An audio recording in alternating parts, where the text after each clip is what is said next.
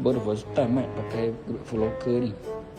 Yelah aku main kat area shift aku mana ada GrabFood Locker kan. Ini first time aku pakai ni. Guard yang ajar aku ni. Korang ada yang pernah kena ke GrabFood Locker tu? Aku rasa ni aku rasa kali pertama aku kena. Sebab biasa aku duduk dalam kawasan je. Aku tak main open pun. Tempat area aku memang tak ada lah GrabFood Locker. Itu yang aku agak jakun sikit lah. Sikit je lah. Sebab benda senang je kan. Tapi guardnya ajar aku. Aku ingat apa benda kena buat letak unit kan. Sebab dia tak letak unit, rupanya scam macam biasa je. Alah, senang saja. Ada yang sama macam aku yang tak pernah guna GrabFood Locker tu. Aku seorang je.